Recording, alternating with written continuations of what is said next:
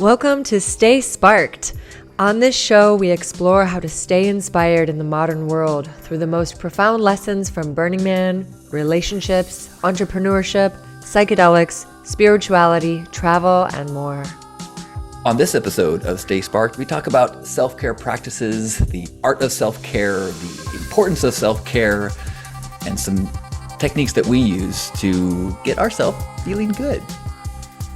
We share sparks of inspiration on how to find neutrality if there is a downward spiral approaching and finding ways to move on the upward spiral of feeling really good on a daily basis. We also touch on how to reframe daily activities, things we're already doing on a daily basis, and we can reframe those into a self-care practice for ourselves. Enjoy the episode. Welcome to Stay Sparked. I'm Betsy. I'm HALCYON. And I am JANUS. I am the founder and creator of the Power Affirmation Project, a holistic healing practitioner, energy intuitive, and guide. I am the author of Love More, Fear Less, Float More, Steer Less, and Protagonist, and the host of the Hug Nation YouTube channel. And I am the founder and CEO of NuWorld Nutritionals, a nutritional supplement company with products designed to achieve a healthy state of mind. Together, we are three friends here to share sparks of inspiration with you. And we always love starting with gratitude. So I'd love to start us off with my gratitude this morning. I am truly so grateful for learning. I recently just got a chance to start a new course with a teacher of Reiki. And as a healer and practitioner of many modalities, I always love getting to learn from wonderful teachers and from ancient traditions. And this weekend, I got a chance to start a 3-month journey of learning this next phase of my Reiki certification. Awesome. Yay. Yeah. I'm grateful for therapy. I had a session with my therapist this weekend that I kind of felt like, yeah, I know what's going on with me as I went into it. And then there's so many little reminders and redirections and kind of reflections that help me to really get insight into some deep, old trauma response stuff that I'm just kind of in awe of how it's affecting so much of my life. So I'm just so grateful for professional therapy. And also I'm grateful for how the attitude in our culture is becoming so much more accepting of that as a healthy part of self-care. Fantastic. I am grateful today for having a weekend that was had a lot of solitude this weekend. My partner was out of town, and it was a nice break from that. It's just always nice to get some alone time for myself, not because of just that, but it also, like, things kind of lined up for me to not have a lot of have-tos over the weekend. Like, I had a lot of get-tos over the weekend. It's like, oh, I get to do this, or I get to focus on this, as opposed to, oh, now I got to do this. So it was good. It was good. I had some nice time with my cats and nice relaxation time. So I woke up today feeling pretty recharged.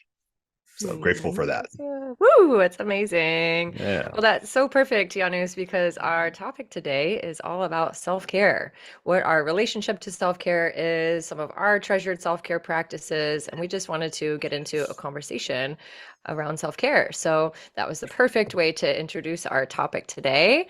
And so perhaps we'll just start with a little inquiry.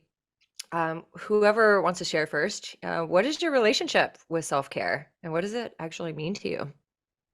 I'll jump in and say that, for a long time, I did not put any sort of priority on self-care, and had a real, like, my to-do list guided everything. And if something was not productive in a very traditional sense of what productive is, then it felt like a waste of time.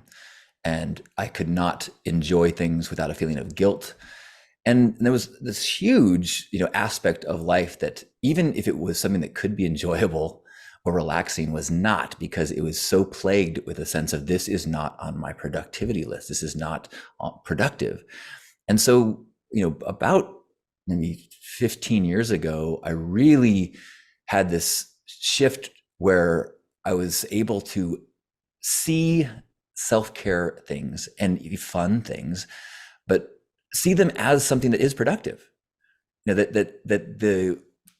the life experience is so much more than just moving forward, bigger, better, more, bigger, better, more. And even if that was the life experience, you need to fuel, you need to rest, you need all these things. So when I could start to see the activities in my life that are traditionally not moving me forward as something productive, it definitely changed my ability to prioritize anything that was that was for me. Amazing. I can definitely relate to that. That's so well said. It seems like it's like oftentimes one of the first things that gets kicked off the list when we're busy, right? Even though it's actually should be one of the highest priorities. Yeah, it should be up there, and that's something that a lot of us come to learn usually a little later in life. It'd be great if we could kind of get that piece for ourselves a little sooner. Might set ourselves up for success down the road a little bit sooner. It's one of those things that you need to realize that we're, if we look at ourselves and our abilities and our energy to do something as a cup that we keep drawing from, we definitely have to take time to do things that refill that cup.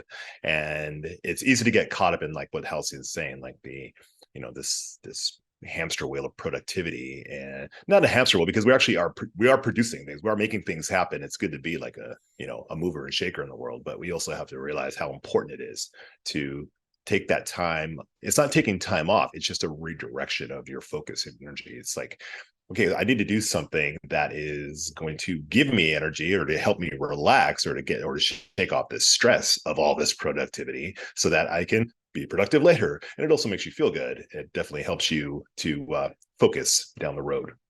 Yeah, but I think that you definitely have to have the attitude and acceptance of it being a positive thing. I saw a comic recently where the person was like, "What'd you do Sunday?" "Oh, I just stayed in bed and did nothing. I just allowed myself to do whatever I wanted." Like, "Oh, that must have been relaxing." "Oh, no. All day I was like, man, I can't believe I'm wasting all this time. I could be doing so much more." So it's like you can go through the motions of self-care, but if you don't have the attitude of allowing yourself to be present in that experience, it can be wasted. Yeah, just real quick, it's like anything, and it's like so many things that we discuss on our podcast here. It's a practice. It can be one of those things where you have to like, all right, I need some downtime, and so you lie down, and yeah, you'll be just sitting, just kind of lying there, being like, "There's so much I could be doing," but do that frequently, whether it's out there hiking or whatever. We're going to get into it, but whatever it is you're doing to kind of recharge your batteries, it might feel like some time is being wasted, but it's just stick with that and you will start to see and feel the benefits of it.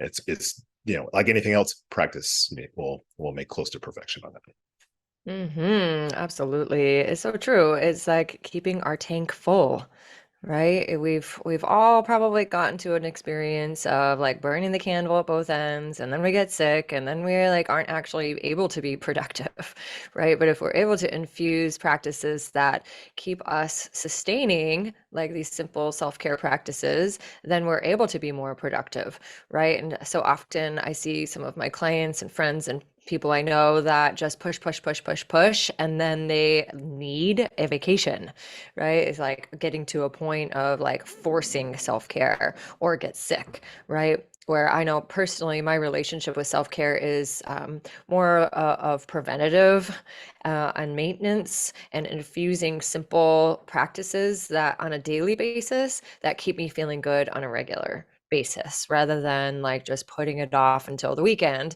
I love getting to infuse simple things throughout the day. That is such a good awareness of that, of preventative self-care, as opposed to waiting until you have an injury of your psyche, or wait until you're like, oh, with the same with your body. If you wait until you've hurt something and then you go to get your massage, that's way less effective. It's a much less harder to enjoy life than if you are keeping your body healthy. And same with keeping your psyche healthy and keeping your mental space healthy. So true. Yep. And, as a body worker, massage therapist, I work with a lot of high level CEOs and entrepreneurs and busy people.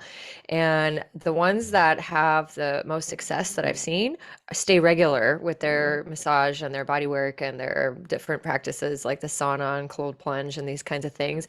And they're the ones that come to me. And when I ask, what do you want to work on? They say, I'm feeling really great. I'm here just Nice. to keep feeling great. And I love that because as we expand as leaders, as people in the world, busy people, the more that we can take care of ourselves, the more that we're actually able to accomplish and farther we can reach, So it's like this kind of um, funny little paradox, right? It's like slow down so you can actually speed up, right? Taking that time for yourself and meditation might seem like you're not doing anything, right? Like you were saying, Janus, like, oh man, there's so much that I could be doing. It's actually, that's the inspired action in the moment, is to slow down, to be able to pause and to breathe and to just feel. And then when we're doing, we have that much more mindfulness, that much more awareness, that much more ease. We're able to respond to life in a more graceful way rather than getting all flustered or triggered or stressed out by life situations. The self-care actually contributes, I know, for me and for the people that I work with, to more graceful fluidity throughout the day. One thing that I've come to learn recently, I'm surrounded by happy, successful people, thankfully. And the thing that is in common with the people that I consider to be like doing really well, either financially or they're always just like, stoked and on fire for the next thing, all of them, 100% of them have a self-care practice. They are really good about exercising, meditation, time off, vacations, retreats, whatever, cleanses, whatever you want to look at. All of them have a number of things that they do that are not productivity oriented, but that allows them to stay focused, stay sharp, stay motivated to do these things. And that's something that I kind of realized last year. I was like, wow, the people I know who are really successful all take time in their day and their week to attend to themselves, to attend to their well-being. And that's not a coincidence. So Yeah. I was like, all right, I definitely, so I definitely gleaned some insight from that, and have since then been like, all right, I need to actually, make this a priority, like the people that are around me that are really successful are doing. Absolutely. I mean, there you can find so much information out there about the power of a morning practice. Mm. Right. I would guess that many of those people that you're talking about have a very strong morning practice. I know that's been major fuel for my growth and for my health and for my vitality and for my consistent joy. I actually have a little quick story. So right at the beginning of the quarantine a few years ago, I had a really, really big insight around the importance of my mindfulness practices in the morning. And it became very clear to me that those morning practices are now my water. They're just, just as important as water. I got quite sick at the very beginning, and thankfully, it was a 24-hour flu.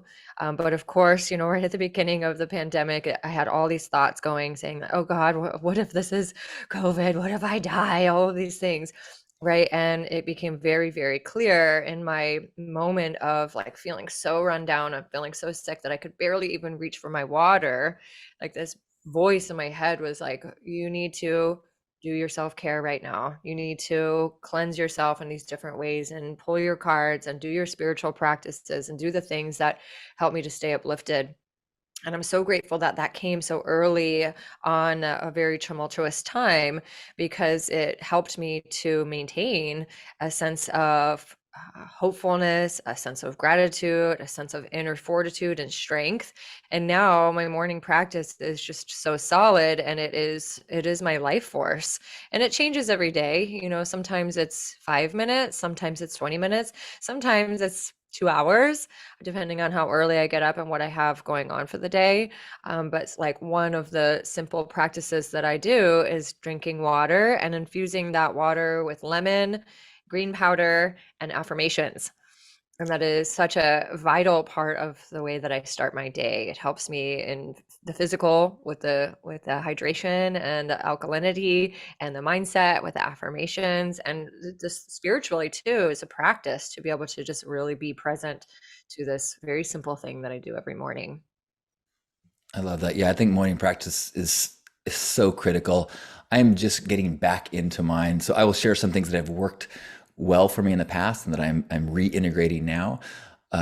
Super helpful for me to start the day with stretching or a little bit of yoga. Now I'm doing my physical therapy for certain injuries, and I like to listen to something that is sometimes an audiobook or a podcast that I'm enjoying, but my go-to is a Alan Watts chill step mixes that are all over YouTube, where there's calming down tempo music with Alan Watts quotes within it, which just kind of keeps my head kind of stirring into beautiful places as I'm also attending to my body before I start the day.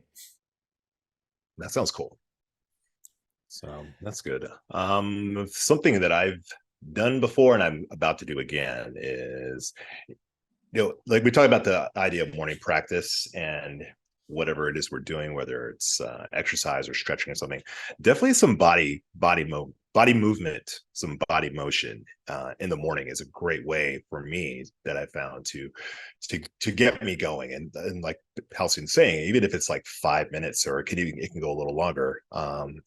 It's important. It's important to move that body, stretching, yoga. I'm actually going to get back into the gym myself, and even just a couple days a week, just like, pushing some weights around, feels good. Feels good for me to do that. So, and it's the positive thing I think about, or one of the better things I think about doing the morning practice, it's so easy for our days to kind of get away from us and be like, okay, I'm going to do this at noon, or I'm going to do this after work, before dinner, and there's just way too many variables that can come in during your day to kind of throw that off. So if you are able to get it done in the morning, upon waking, after coffee or tea or what have you, or even as that is happening, it's good to get that started earlier in the day, the better, and your day is off to a fantastic start. So true. And, I feel like it's important to be able to set ourselves up for success. And we've talked about this in previous episodes, just around like how to remind ourselves to do these things. So one of the hacks that I've been doing on myself is that in the night before I go to sleep, I will have like either my journal, or I'll have something that I have written that's positive, whether it's affirmations or just some journal entry that is inspiring. And then I put that entry or the page open in my journal right next to my phone. So that way in the morning, instead of like, because it's kind of a tendency, I think, for a lot of us to want to reach for the phone as the first thing to do. Right. And so I've tricked myself to, as I reach over for the phone, I'm like, oh, there's my journal. Let me read that first, as I'm like still in this sort of like in between sleepy and awake space. I'm going to infuse my consciousness with affirmations or with some positive reflections, rather than like checking the messages or checking whatever it is that is alive on my phone. And so that's one way. And then sometimes I'll also put like a flower right next to my phone, or like something beautiful. So like the first thing that I see when I wake up, I like open my eyes and it's like, oh, beauty. Oh yeah, I'm going to start my day with some beauty. So I love getting to kind of trick myself so that way I don't get into the habit of just grabbing the phone right away. That's so huge. Mm-hmm. And I think that that's something that, that is such a significant thing. If you can do something other than grab your phone first, whether it's 5 minutes of stretching, or I love the idea of setting it up the night before. That is not something I generally do. I generally have a don't do phone rule and then try to figure out what I'm going to do first instead of that. But I love, starting, having the kind of directions ready for you to start the day with.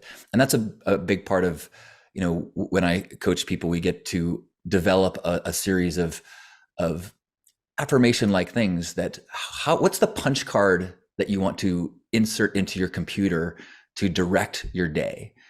Because if you direct your day in a certain direction from the beginning, it avoids that tendency to be reactive from the get-go. When you pick up your phone and suddenly there are people requesting things of you and you have not already set the way you want to be acting and thinking in the day, you fall into reaction and suddenly you're defense, and being what people want of you all day instead of choosing who you're going to be in the beginning. And then as the requests come, you can be the person you want to be as you respond to the requests. Yes. Those are both great. Those are both fantastic, actually. And the idea of setting yourself up for success and doing this in the morning and means that you have to do something the night before. This is actually quite powerful because if anybody's like me, when you wake up, you are absolutely on zombie / autopilot for the first few minutes. So it's easy to, do the habitual thing, grab your phone, grab, whatever. So set yourself up the night before, like putting your phone underneath your journal. So it's like, so when you reach, it's like, oh, there's that, or the flower on top. It's like, it kind of allows you to focus, doing whatever you can do in the morning to, and like Halcyon's saying, set yourself up for the focus of the day. And grabbing your phone, this, if there's something that I take away from this one, from this episode for myself, it's going to be that. Find something else to, because I'm super guilty of that, of just grabbing the phone the first thing. Me too. And you are reacting to whatever is on that screen, whether it's messages or news or your feed, social media feed, or whatever. So I mean, I think we can all agree, not the greatest way to start your day. So go, choose elsewise and set yourself up for success. The phone's not going anywhere. You can check it, soon, even if it's just a few minutes of different focus to start your day. To me, just feels and seems like something that is very powerful. It's like tending to our inner environment, right? Tending to that inner landscape of thoughts, right? It's like, yeah, if you reach for your phone, get some messages, and then you do your meditation. I know this has happened to me before. Then in my meditation, guess what thoughts start populating? Oh, that message I have to get back to, or that thing that person said, or if I looked at social media, then like that person's face is popping up in my meditation, and it's like, okay, yeah, no, like let me do my meditation first, and then I'll allow myself to get into the flow of engagement and connectivity. And yeah, it's so one of the practices in the virtual group that I lead with the Power Affirmation, it's really about tending to our inner environment, about what the media that we're taking in, or just our thoughts that we're thinking, and also tending to the outer environment, which actually leads me to another self-care practice that has absolutely transformed my life when I realized that it was a self-care practice, was tending to my space. If I have clutter or things are not in a way in my space, things are piling up, I feel scattered. I feel off. I have a really hard time feeling like I can be in the flow. And when I started to realize, like, when I clean my room, that's actually a self-care, an act of self-care, right? And there's this really great video, maybe we'll add it in the show notes. It's called Clean Your Room, by Jordan. I don't remember his last name at this moment, but it's really about the psychology of tending to our physical environments. And it's such a powerful thing when we can really see that how much our physical space impacts how we feel, right? And so to be able to harness the power of that as a self-care practice, right? Because I think that sometimes the idea of self-care, and some of the things I've heard some of my clients say, self-care is like taking a long bath or going on a vacation or doing these like long drawn out loving things, rubbing ourselves down with oils and all these things. But it's really like actually cleaning your room or tending to your altar or not reaching for your phone first thing in the morning is these small little atomic habits. Here we are, right? Atomic habits to really create self-care as a regular part of our life. Real quick. Yeah, that is something that a lot of us have varying, abilities to that, or interests to that, or motivations for that. I was like, oh, I got to clean my whole house. No, you don't have to clean your whole house. You can wipe down that counter though, and this allows you to kind of scratch when it comes to self-care.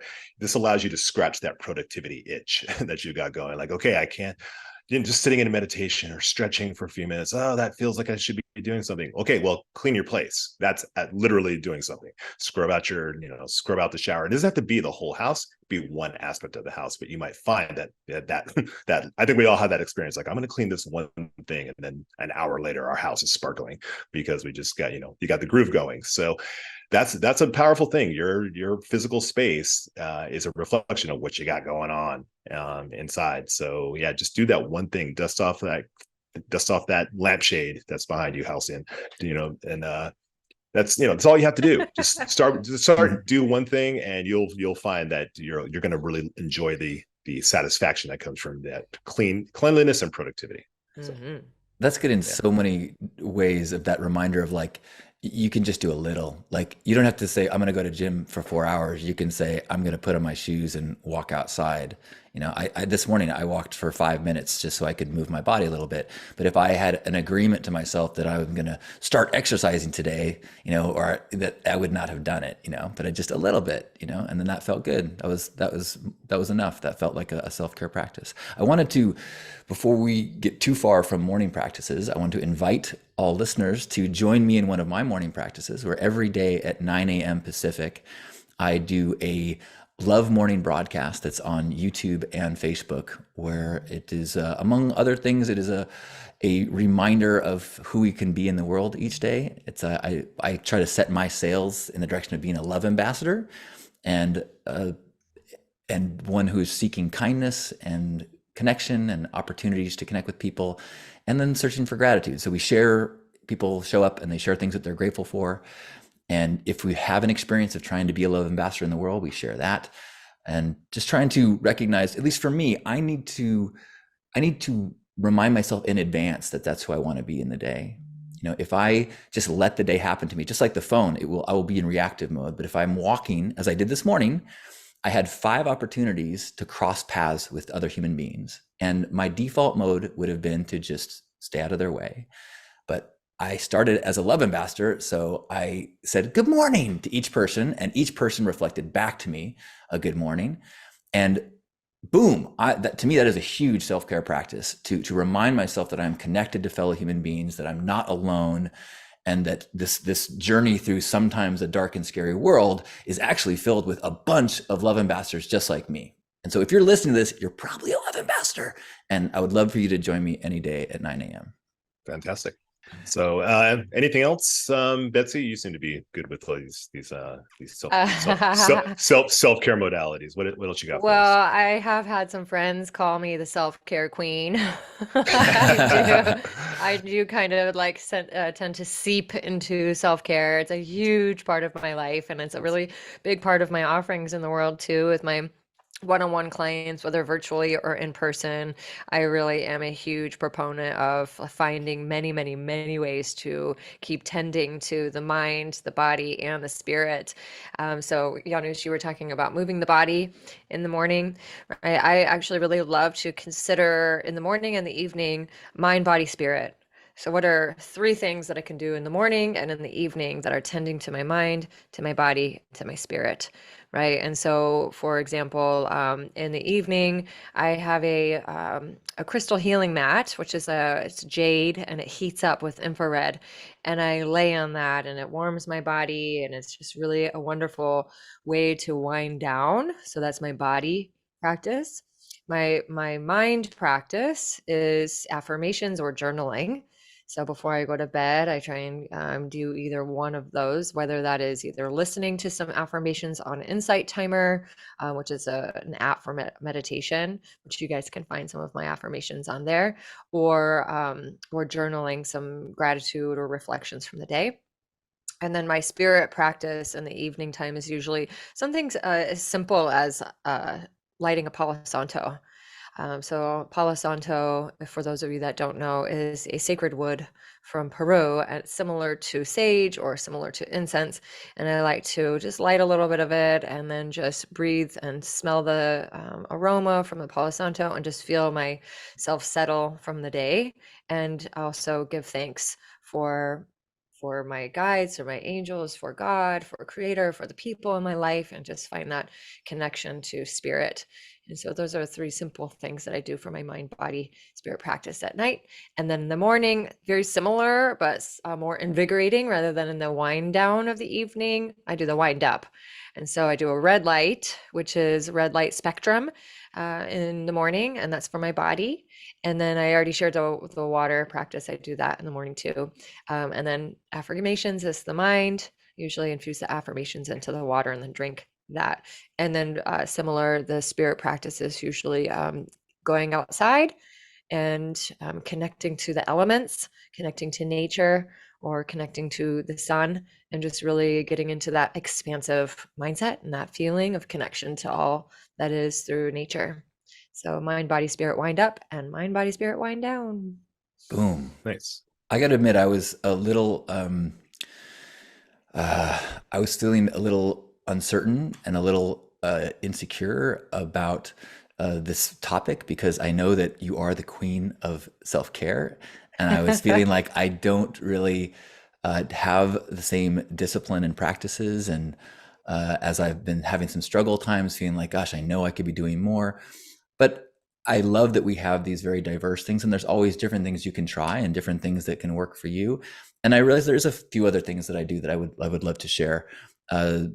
When the pandemic lockdown started, in addition to the morning love broadcast that I mentioned, I also do twice a day gratitude circles in Zoom, which are these group gratitude circles. A gratitude journal is an exceptional practice and is recommended by scientists and almost every coach ever. I have a hard time keeping with that and keeping doing that, but I've found that a group gratitude practice is profound for me. And there's something about, even if I don't know what I can be grateful for, I'm stuck in some trench of thought where then as people start to share things in their world, this lens that I have just gets to be expanded into people's perspectives from all over the world. And I start to go, oh, you know what? That reminds me, I am grateful, about this. Oh, I do have that's going great in my life. And then that just builds that practice. As you go through the world, you start to have a seek gratitude lens on things. And as things happen, you go, well, where's the lesson in this? We talked about that a few episodes ago, like, where's the silver lining? And a gratitude practice really, really helps you to start seeing that. And as you witness other people do it, you witness somebody, they talk about some tragedy they're going through, and then they share gratitude for the hospice worker, that was there with their loved one. And you're like, whoa, that's how gratitude can really help your self-care and get you into healthy practices. So I will mention that if you ever want to join me, it's radically inclusive. We meet in a Zoom room, zoom.hugnation.com, every day at noon and 6 p.m. Pacific and 3 a.m. Pacific. That's noon for Europeans, so you can meet people all over the world. I host the noon and 6, like 98% of the time. And we're celebrating our 3-year anniversary next month. So as I was getting down on myself for not having discipline, I will now forgive myself because I definitely have some practices that I'm dedicated to. That's amazing, Halcyon. Yeah, what a beautiful dedication that you have been just offering to the world, creating a sacred space where people should come share gratitude and to pump that muscle. And yeah, I think you bring up a really good point around releasing comparison, around how we all do things differently, right? We all tend to our well-being in different ways. And you do it in this way that builds community. I do it in a way that is really connecting to my own sense of self, right? Other people are out there doing things in different ways, going running or going swimming or tending to, their spiritual faith, going to church or, some chanting or whatever it might be. It's all unique to who we are. And I just really want to just put a spotlight on the the episode that we had last week was really about navigating some darker times and depression. And you spoke so beautifully to like how you hold space for somebody who's maybe grieving. This episode around self-care is really sparked from that conversation.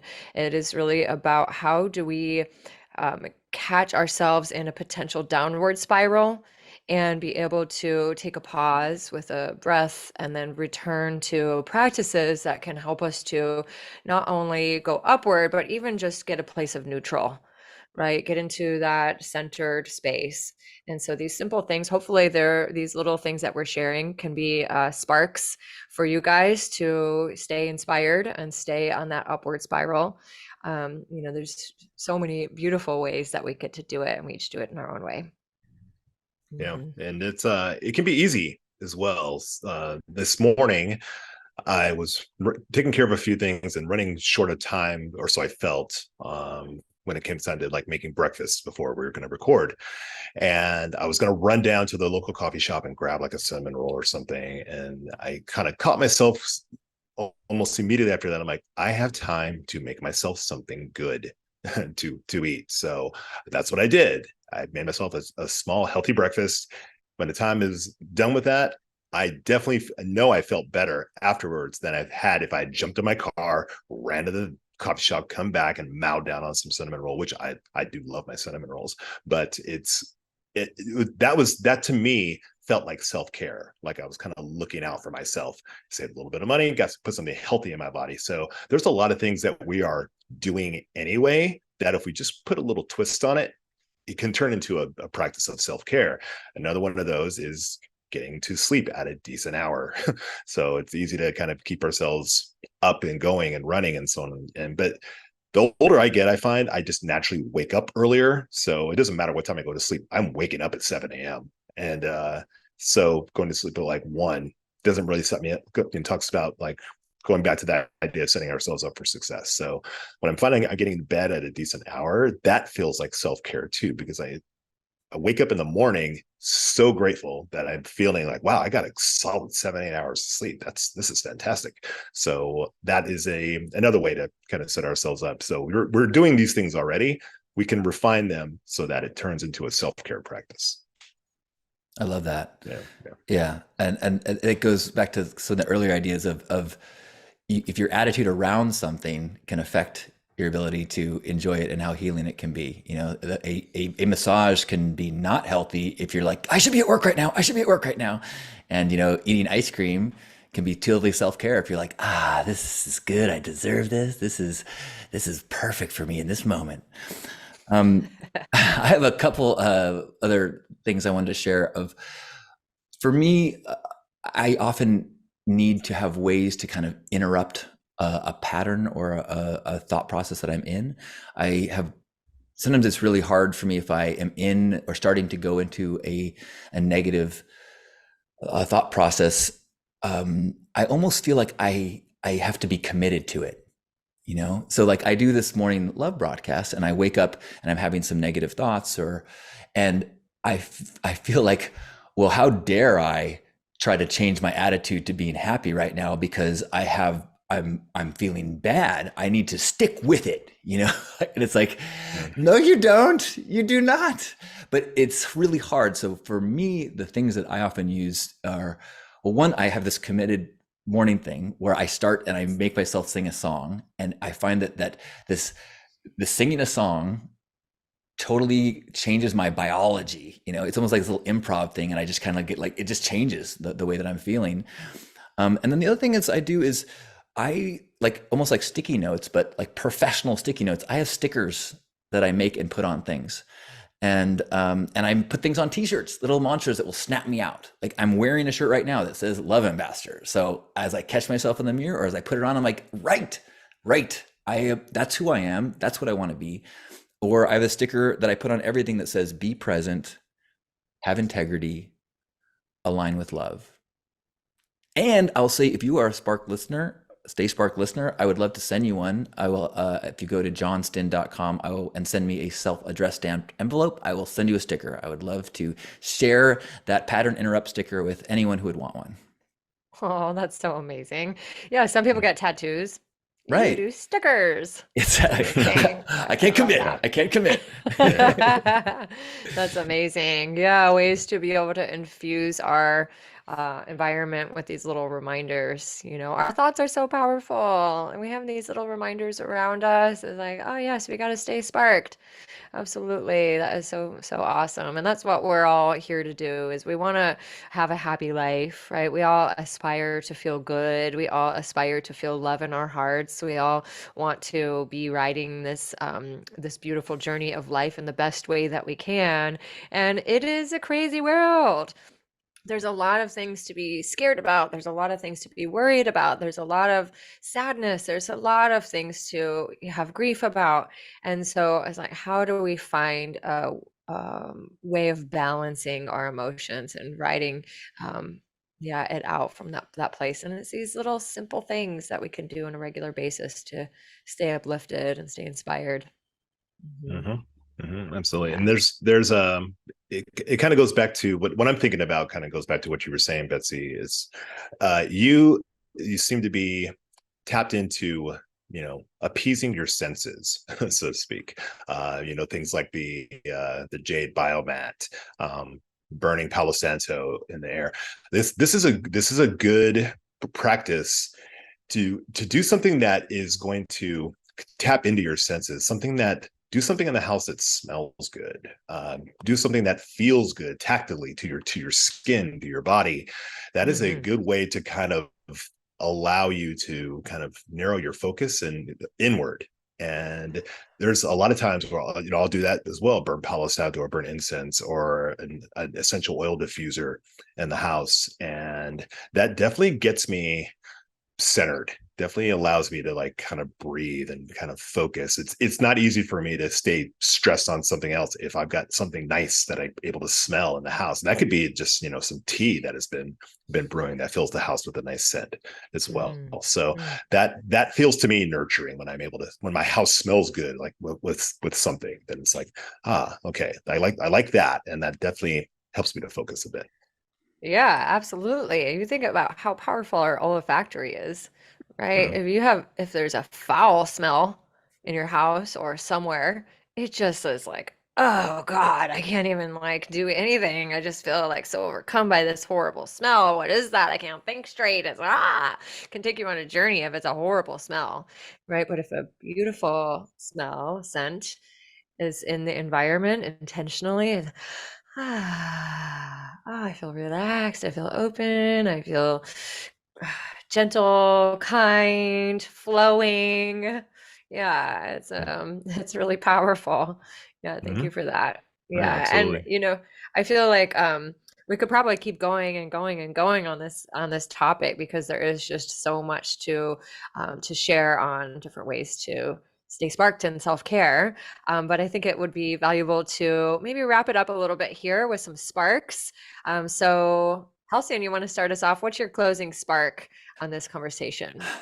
I want to close with the reminder to myself and others that the fastest way to make yourself happier or to get yourself into a feeling better is to help someone else and to be in a place of service.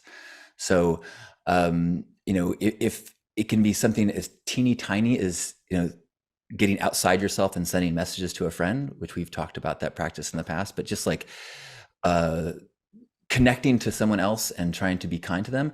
If you got if I can like give someone a ride to the airport, if there's some way that I can be helpful to another person, that rapidly changes my headspace and puts me into a feeling of worth. It makes my day feel like it has meaning, and it just changes things dramatically. So it can be something that you do on an ongoing basis. You can reach out to, a local charity. It can just be you look for an opportunity.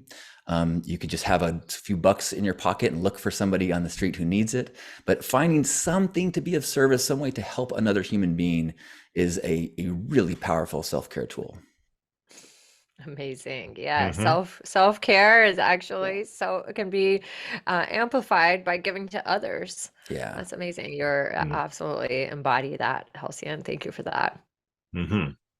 Yeah, and that is that's actually key. It's, being of service is indeed a joy. And I always feel better. Like there's no such thing as like true altruism. Like whatever we do, we kind of do it because it makes us feel good.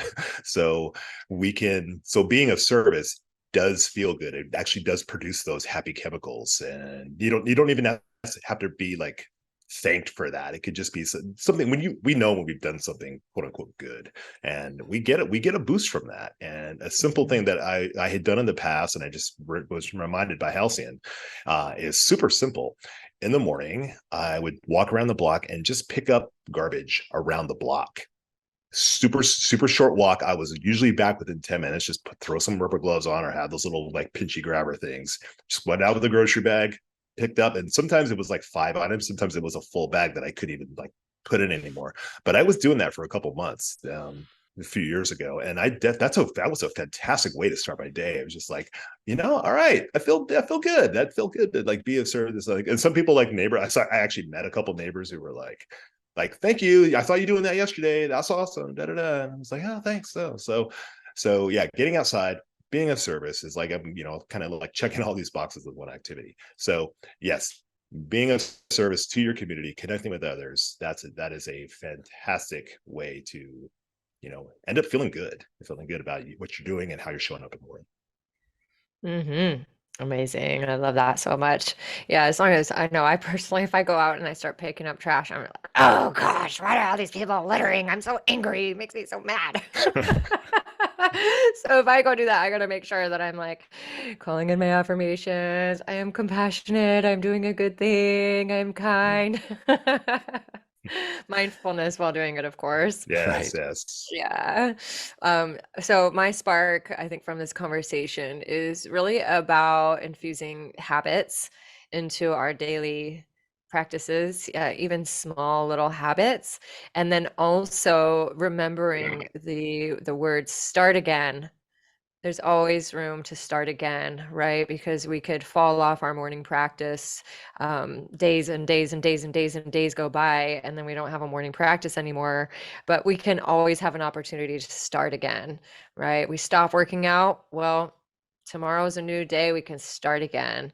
These practices are always there to come back to. The meditation, start again, right? Keep coming back. And I feel like that's always a mantra that has helped me in so many ways to just stay committed to my well-being, mind, body, and spirit. Every day is a Mhm. new beginning. Every day is a new That's beginning right. for sure. So true. Yes. Cool. Thank you, Betsy. Yes, of course. And in the spirit of staying sparked with all of our unique offerings, Halcyon, would you like to share how people can find you and stay inspired with your beautiful work in the world? Yes, I have mentioned a number of things during this episode of the morning broadcasts and the gratitude circles. I also have a couple books, Love More, Fear Less, and Protagonist, and would love to be connected. I would love to see your face in a Zoom meeting. All those links are available at johnstin.com. Amazing. Thank you. How Fantastic. about you, Janus? As mentioned, I've got a nutritional supplement company called NuWorld Nutritionals, and we put together a lot of different supplements that are mushroom based and that are all good for improving your state of mind, helping focus, improve memory, improve learning, elevate your mood, all sorts of fantastic results, and being used to treat a lot of the symptoms of a lot of different ailments as well, to like really good to fantastic results. It's the feedback that we're getting is excellent. So you can find us on nuworldnutritionals.com. That is nuworldnutritionals.com. And you can use the code SPARK to save 10% on all of our products. Awesome. How about you, Betsy? Amazing.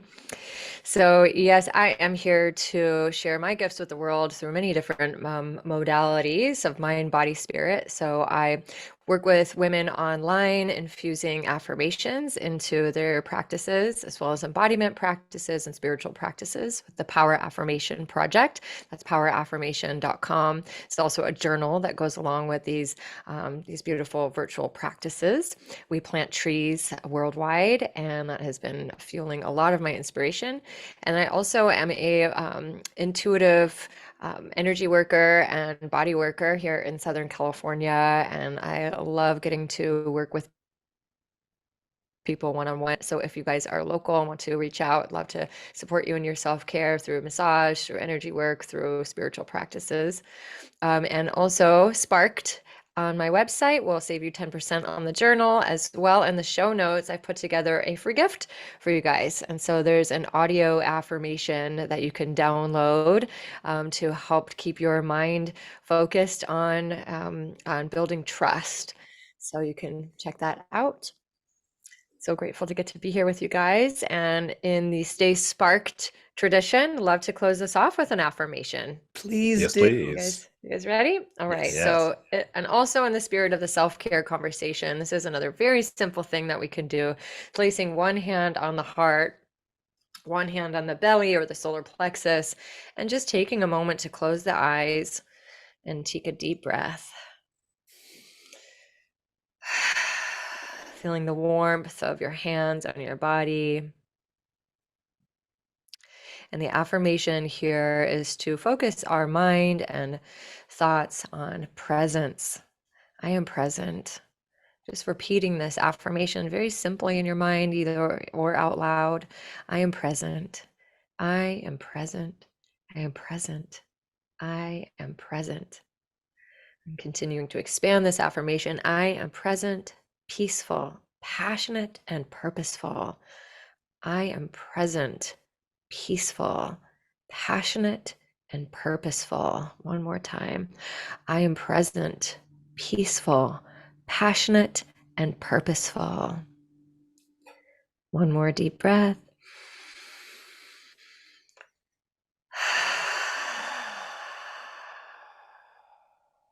Thanks for having this conversation, you guys. As always, staying sparked. We are so grateful for those of you out there listening to our Stay Sparked podcast exploration. Please leave us a review, send us a message. We are so excited to keep sharing this far and wide, and your support means so much to us.